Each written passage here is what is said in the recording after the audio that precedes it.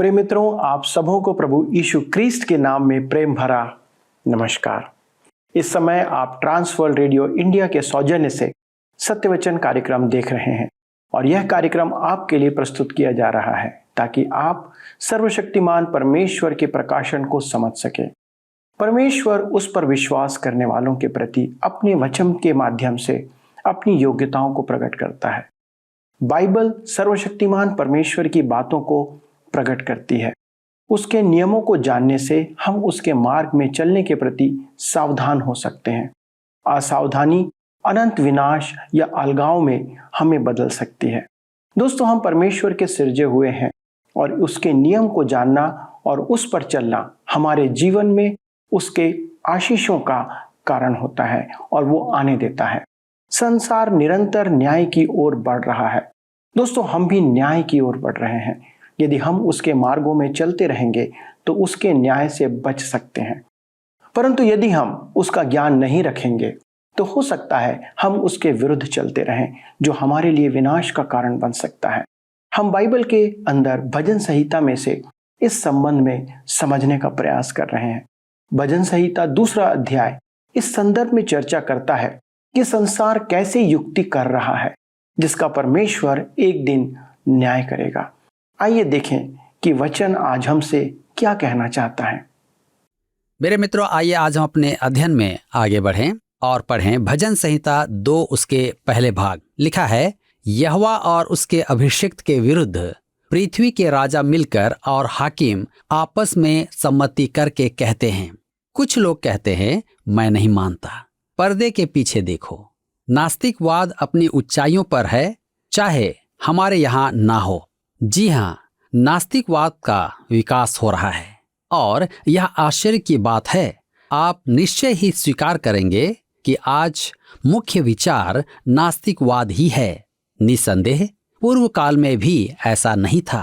प्राचीन संसार में, अन्य जातियों के उस महान संसार में एक भी राष्ट्र नास्तिक नहीं था, एक भी नहीं। आप कहेंगे, मैं तो सोचता था कि उनमें कोई तो नास्तिक होगा। नहीं, वे इसके विपरीत बहुदेववादी थे। वे अनेक देवी देवताओं की उपासना करते थे। वे प्रकाशन के घाट पर थे। नूह एक ऐसे मनुष्य को जानता था जो आदम से परिचित था। जब आप इतने निकट हैं तो आप परमेश्वर का इनकार कभी नहीं करेंगे। नूह के युग में संसार हिंसा की आत्मा से पूर्ण था, परंतु उस भीड़ में एक भी नास्तिक नहीं था। जब परमेश्वर ने 10 आज्ञाएं दी, उसमें से एक भी नास्तिकवाद विरोधी नहीं था। उसने 2 आज्ञाएं बहुदेववादी के विरुद्ध दी। तू मुझे छोड़ और किसी को ईश्वर करके ना मानना। तू गढ़ी हुई मूर्ति या स्वर्ग या पृथ्वी के नीचे किसी का रूप न बनाना। निर्गमन की पुस्तक 20 अध्याय उसके 3 और 4 पद में। तू मुझे छोड़ दूसरों को ईश्वर करके ना मानना। तू अपने लिए कोई मूर्ति खोद कर ना बनाना, ना किसी की प्रतिमा बनाना, जो आकाश में व पृथ्वी पर व पृथ्वी के जल में है। उसने नास्तिकवाद के विषय कुछ नहीं कहा। क्यों? क्योंकि उस युग में नास्तिक नहीं थे। मेरे मित्रों, दाऊद के युग में नास्तिक थे, अनेक नास्तिक थे। भजन संहिता 14 उसके 1 में दाऊद उन्हें मूर्ख कहता है। मूर्ख ने मन में कहा, परमेश्वर नहीं है। इब्रानी भाषा के मूर्ख शब्द का अर्थ है पागल, अर्थात नास्तिक मनुष्य मूर्ख है, पागल है। वह जनिक तौर पर बहुत शिक्षित होगा, परंतु परमेश्वर का वचन कहता है कि वह मूर्ख है, पागल है। जो कहे कि परमेश्वर नहीं है, उसका मानसिक संतुलन बिगड़ गया है। मेरे मित्रों, मैं पूरे मन से मानता हूं, आज मसीह का विरोध जितना अंदर है उतना बाहर भी है। समाजवादी राष्ट्र हो या लोकतांत्रिक राष्ट्र। अब कोई कहे, मैं यीशु के बारे में बहुत चर्चा सुनता हूं, वह बहुत अद्भुत व्यक्ति है, परंतु क्या आपने कभी सोचा है कि मुक्त विचारवादियों का या इस संसार का यीशु कभी था ही नहीं? मुक्त विचारवादियों का यीशु और बाइबल का यीशु 2 अलग अलग मनुष्य हैं। मुक्त विचारकों का यीशु तो कभी था ही नहीं। मैं आपको इसका उदाहरण देता हूँ। मेरी कलीसिया के परिवेश में एक मुक्त विचारवादी की कलीसिया थी। मैं उसका बहुत सम्मान करता था, क्योंकि मेरी दृष्टि में मुक्त विचारकों में वही एक सत्यनिष्ठ मनुष्य था। उदाहरण के लिए, वह साफ कहता था कि वह यीशु का जन्म कुंवारी से नहीं मानता है। यदि आप कुंवारी के गर्भवती होने पर विश्वास नहीं करते तो स्पष्ट कह दें, व्यर्थ की बातें न करें। प्रतिवर्ष हम बड़े दिन के समय इस अनुष्ठान को पूरा किया करते थे। एक बार हमें भोज पर आमंत्रित किया गया और मेरे विचार में उन्होंने हमें जानबूझकर एक साथ बैठाया। मैं वहां पहुंचकर बैठा ही था कि मैंने उसका नाम देखा और वह वहां आ भी गया। किसी ने मेरे कंधे पर हाथ रखते हुए कहा, श्रीमान, क्या आप जानते हैं कि हमें अधिक घनिष्ठता में होना है, क्योंकि हम दोनों ही ईश्वर का प्रचार करते हैं। और वह मेरे पास बैठ गया। मैंने कहा, क्या आपको पूरा विश्वास है कि आप भी उसी ईश्वर का प्रचार करते हैं? क्या हम नहीं करते? मेरे विचार में नहीं। मैं आपसे कुछ प्रश्न पूछना चाहता हूँ। क्या आपका यीशु कुंवारी से जन्मा था? कदापि नहीं। मैं तो जिस यीशु का प्रचार करता हूँ वह कुंवारी से जन्मा था। जिस यीशु का आप प्रचार करते हैं, क्या वह आश्चर्य कर्म करता था? मैं आश्चर्य कर्मों में विश्वास नहीं करता, परंतु मेरे यीशु ने तो आश्चर्य कर्म किए थे। आप जिस यीशु का प्रचार करते हैं, क्या वह संसार के पापों के निमित्त क्रूस पर मरा था? निश्चय ही वह क्रूस पर मरा, परंतु संसार के पापों के लिए नहीं। मैं जिस यीशु का प्रचार करता हूँ वह मनुष्य के पापों के लिए उसके स्थान पर, उसके बदले पर मरा था। क्या आप यीशु के सदेह पुनरुत्थान में विश्वास करते हैं? उफ, कदापि नहीं। तब तो स्पष्ट है कि आप और मैं एक ही यीशु का प्रचार नहीं करते हैं। अब मैं आपसे पूछना चाहता हूँ, ये मुक्त विचारक हम रूढ़िवादियों को सुधार विरोधी कहते हैं। यह एक भयानक बात है। अतः मैंने उससे कहा, जिस यीशु का आप प्रचार करते हैं उसके प्रमाण कहाँ हैं? वह हंसा और टालते हुए बोला, हमारे पास नहीं है। मैंने कहा, क्या यह एक रोचक बात नहीं कि हमारे पास हमारे यीशु के प्रमाण हैं और आपके पास नहीं, तो भी आप हमें सुधार विरोधी कहते हैं। मैं जानना चाहता हूं कि सुधार विरोधी कौन है। मेरे मित्रों, क्या मैं आपसे कह सकता हूं, जिस यीशु में आज संसार विश्वास करता है वह तो कभी था ही नहीं। जिस यीशु का हम प्रचार करते हैं वही बाइबल का यीशु है और वही है जिसका संसार विरोध करता है। परमेश्वर और मसीह यीशु का आज उग्र विरोध है। यह कैसे दिखाई देता है? ठीक वैसे ही जैसे उसने वर्णन किया था। सुनिए, भजन में वे क्या कहते हैं। भजन संहिता 2:3 में लिखा है, आओ हम उनके बंधन तोड़ डालें और उनकी रस्सियों को अपने ऊपर से उतार फेंकें। परमेश्वर ने मनुष्य पर क्या बंधन डाले हैं? परमेश्वर ने मनुष्य के कल्याण के लिए विवाह की व्यवस्था रची। अब आप चाहे मसीही विश्वासी हो या ना हो, परमेश्वर ने मनुष्य के लिए विवाह की व्यवस्था की है। आज मनुष्य विवाह के बंधन से मुक्त होना चाहता है, वरन बंधन को तोड़ भी देता है। मैं आज के आधुनिक विचारों का नहीं हूं, जो परमेश्वर, मनुष्य और परमेश्वर के वचन के संबंध में प्रचलित है। अतः जब मैं किसी युवा अधिवेशन में उपस्थित था, तब हमारे प्रश्नोत्तर सत्र में एक प्रिय बालिका ने कहा, यदि एक युवा जोड़ी परस्पर प्रेम में बंधे हैं तो उन्हें विवाह करने की क्या आवश्यकता है? वे एक साथ जीवन क्यों नहीं आरंभ कर देते? परमेश्वर ने विवाह की व्यवस्था की है और वह चाहता है कि हम विवाह का पालन करें, परंतु वे कहते हैं, आओ हम उसके बंधन तोड़ डालें और उसकी रस्सियों को अपने ऊपर से उतार फेंकें। 10 आज्ञाएं उसकी रस्सियां हैं। उन्हें न मानना हमारी भूल है। उनके पालन से उद्धार नहीं है। मैंने करके देखा है, परंतु यह सच है कि परमेश्वर ने ये आज्ञाएं दी हैं और वे मनुष्य की भलाई के लिए हैं। आज हमने वे रस्सियां उतार फेंकी हैं और इसका परिणाम है अपराध, और व्यवस्था अपराध का दंड नहीं रहा। यदि कानून अंधा न होता तो अनेक जानें बलि नहीं चढ़ती। देखा आपने, हम ऐसे युग में वास करते हैं जिसका विचार है, आओ हम उसके बंधन तोड़ डालें और उसकी रस्सियों को अपने ऊपर से उतार फेंकें। हम तो स्वतंत्र रहना चाहते हैं। परमेश्वर कहता है कि इस प्रकार हमारा जीवन सफल नहीं होगा। हम में पुराना स्वभाव है जिसका हमें दमन करना है, परंतु मनुष्य आज सब बंधन तोड़ना चाहता है। मेरे मित्रों, आज संसार को देखना परेशानी उत्पन्न करता है। राजनीति में अव्यवस्था है, नैतिकता में भ्रष्टाचार है, आत्मिकता में सांसारिक समझौता और उदासीनता है, परंतु सामाजिकता में सुविधा है। आज का समृद्ध इंसान सब बातों में सुविधा चाहता है, ऐसी सुविधा जो पहले नहीं थी। मैं आपसे सच कहता हूं, यह एक चिंता का विषय है और मैं इस विषय में चिंतित हूं। आइए हम आगे बढ़ते हुए अब देखेंगे पिता परमेश्वर का कैमरा। अब प्रश्न यह उठता है, परमेश्वर इस विषय में क्या सोचता है?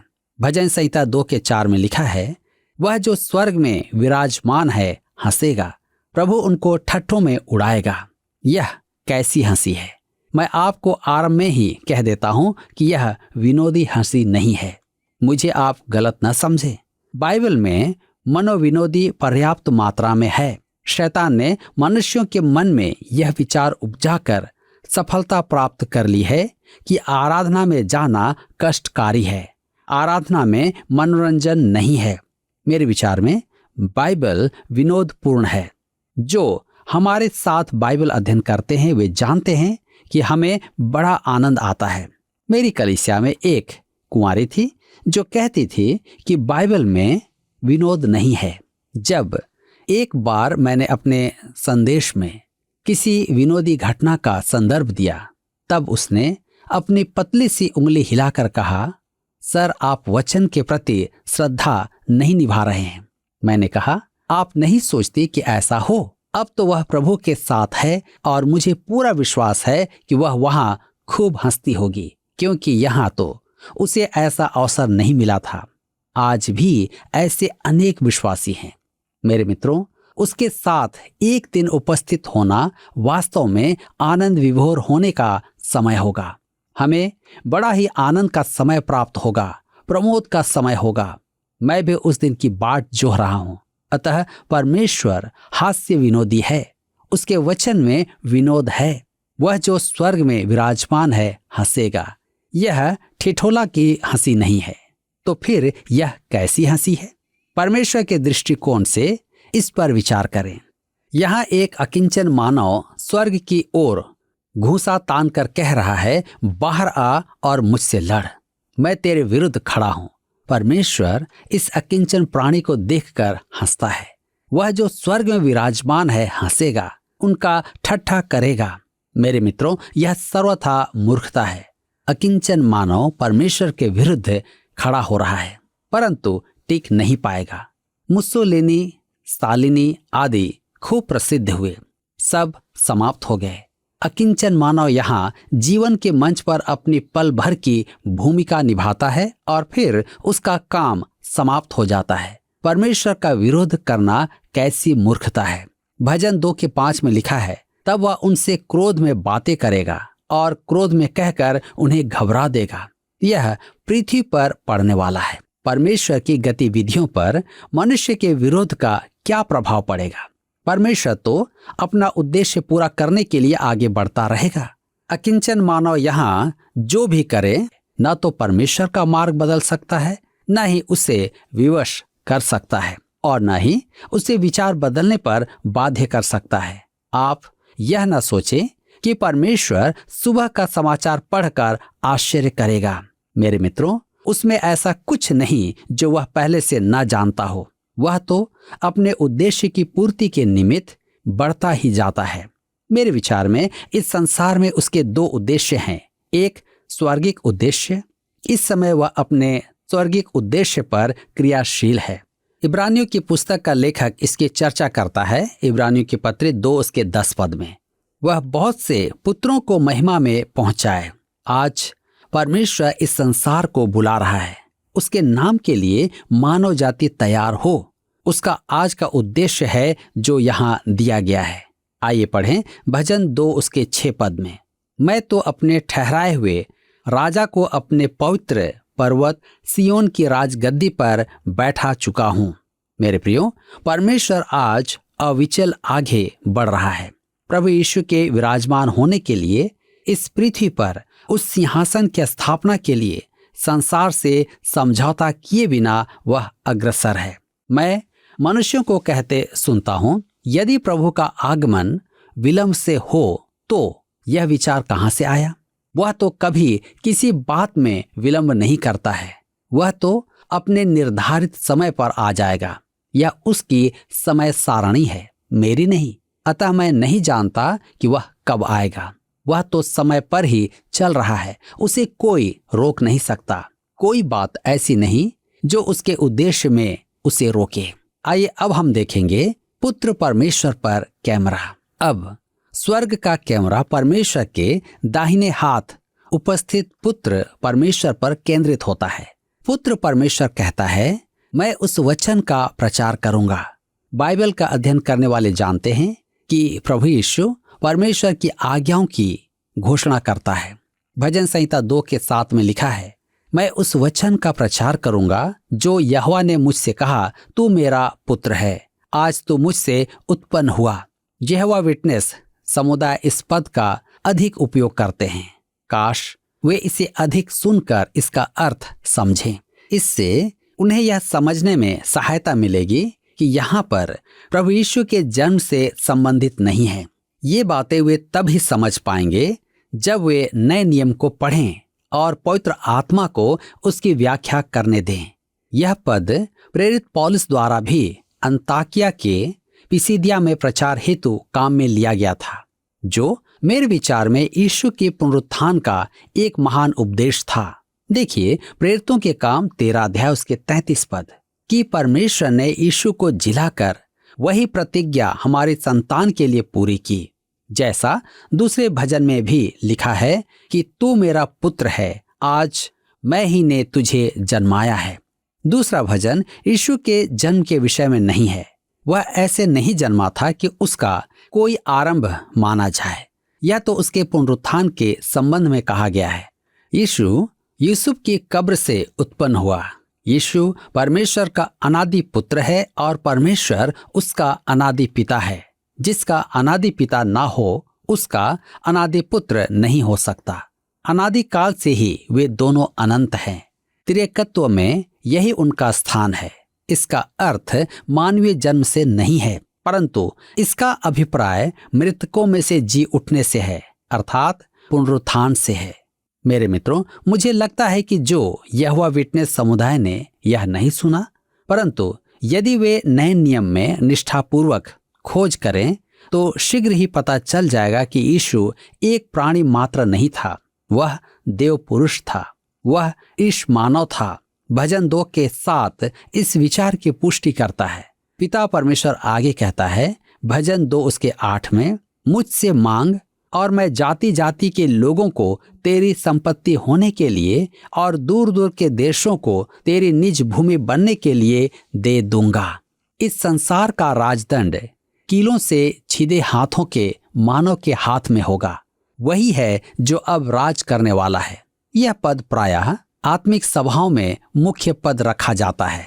मुझे जहां तक स्मरण है, मैंने 1 दर्जन सेवा संबंधित उपदेश इस पद पर सुने हैं, परंतु सच तो यह है कि यह पद सेवा सभाओं के लिए नहीं है। इसका मिशन सेवा से कोई संबंध नहीं है। मैं जब सेमिनरी का विद्यार्थी था तब मैंने एक स्नातक से इस पद पर प्रवचन सुना था। मैंने उसमें बड़ा ही अभद्र व्यवहार किया, अब नहीं करता हूं।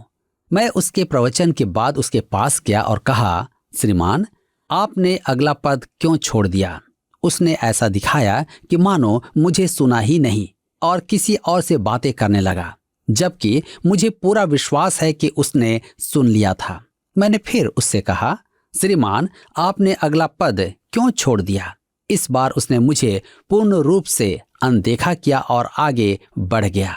मुझे उससे दूर हो जाना था, परंतु मैं चलकर उसके सामने गया और वही बात दोहराई, श्रीमान आपने अगला पद क्यों नहीं दिया? उसने मुझे घूर कर कहा, क्योंकि वह पद सेवा संदेश को नष्ट कर देता, और निश्चित वैसा ही होता था। अब अगला पद देखें। भजन संहिता 2:9 में लिखा है, तू उन्हें लोहे के डंडे से टुकड़े टुकड़े करेगा, तू कुम्हार के बर्तन के समान उन्हें चकनाचूर कर डालेगा। मेरे मित्रों, क्या आपके विचार में यह परमेश्वर के अनुग्रह का समाचार है जिसका आज हमें प्रचार करना है? कदापि नहीं। इस पद का संबंध मसीह के प्रथम आगमन से नहीं है, यह उसके दूसरे आगमन से संबंधित है, जब वह पृथ्वी पर न्याय करेगा। उसका दूसरा आगमन ऐसा ही होगा, वह पृथ्वी का न्याय करेगा। उसने मुझे क्षमा मांगने को नहीं कहा है, इसलिए मैं क्षमा याचना नहीं करूंगा। वह कहता है वह इस छोटे से ग्रह पर आकर विद्रोह को कुचल देगा, वह उन्हें लोहे के डंडे से चूर चूर कर देगा। आपको यह बात अच्छी नहीं लगेगी, आपको उसकी बात माननी होगी। उसने कहा है तो वह ऐसा ही करेगा। अब मैं आपसे एक प्रश्न पूछना चाहता हूं, क्या उसे वैसा ही करना चाहिए जैसा हमारे देश के अगुवे सुझाते हैं? अब मान लीजिए कि यीशु जब दूसरी बार आएगा तो जैसा वह 2022 वर्ष पूर्व था, एक गलीली पुरुष, बढ़ई का पुत्र, विनम्र यीशु, वह जाकर कम्युनिस्ट देश में कहे, मैं यीशु हूं और यहाँ की सत्ता संभालने आया हूं, तो क्या वे कहेंगे, ओह आइए, हमें तो आपकी ही प्रतीक्षा थी? नहीं, वे उसे गोली मार देंगे।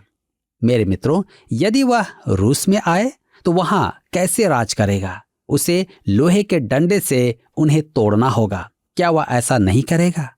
स्पष्ट है, वह ऐसा ही करेगा। अब मान लीजिए वह फ्रांस जाए तो वे उसे स्वीकार नहीं करेंगे। मैं रोम में एक भाषण सुन रहा था। मैं उनकी भाषा तो समझ नहीं पाया, परंतु किसी ने मुझे बताया कि वक्ता कह रहा था कि उन्हें क्या करना चाहिए। वह सत्ता हाथ में लेना चाहता था। अब यदि यीशु वेटिकन के द्वार पर दस्तखत दे और कहे कि वह राज करने आया है, तो वहां चोगा पहने एक पादरी आएगा और कहेगा, तू समय से पहले आ गया है। इस समय मेरे पादरियों में कुछ समस्या उत्पन्न हो गई है, परंतु मैं उसे संभाल लूंगा, तेरी आवश्यकता नहीं है। मेरे विचार में वे उसकी उपस्थिति वहां नहीं चाहेंगे। यदि वह हमारे देश में आकर कहे, मैं यहाँ राज करने आया हूं, तो हम कहेंगे, अभी चुनाव का समय है, यदि तुम्हारे पास टिकट है तो चुनाव लड़ लो। वे उसे वोट भी नहीं देंगे। यदि वह वर्ल्ड काउंसिल ऑफ चर्चेस में जाकर कहे, मैं आ गया हूं, क्या वे उसे स्वीकार करेंगे? फिर वे आज उसे स्वीकार क्यों नहीं करते? क्योंकि जब दूसरी बार आएगा तो ठीक वैसे ही आएगा जैसे परमेश्वर ने कहा है, तू उन्हें लोहे के डंडे से टुकड़े टुकड़े करेगा, तू उन्हें कुम्हार के समान चकनाचूर कर डालेगा। जब वह दूसरी बार आएगा तब वह विद्रोह का दमन करने की इच्छा से आएगा।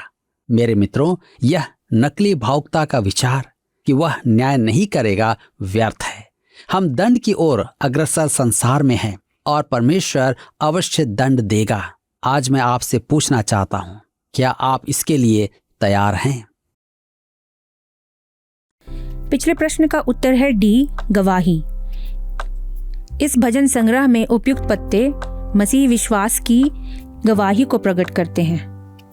आज का प्रश्न है, नूह के युग में संसार किसकी आत्मा से परिपूर्ण था? ए, हिंसा, बी, पवित्र आत्मा, सी, दुष्ट आत्मा, डी, प्रेम आत्मा।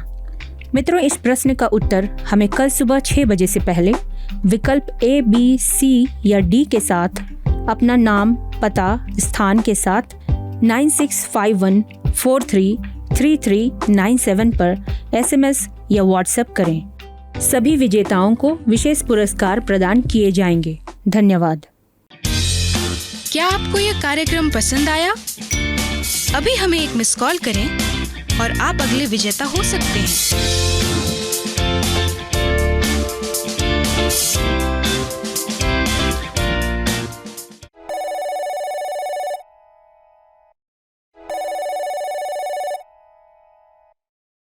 प्रिय मित्रों, आज हमने देखा कि परमेश्वर का वचन भजन संहिता 2 अध्याय में संसार के अंत में होने वाली बातों को प्रकट करता है, ताकि हम उसके बारे में या उस विषय में तैयार रहें। आज संसार के लिए अनुग्रह का समय है। परमेश्वर ने अपनी बातों को समझने और मन फिराने का अवसर इस समय संसार को दिया है। लोग सोचते हैं कि संसार ऐसा ही चलता रहेगा, लेकिन दोस्तों ऐसा नहीं है।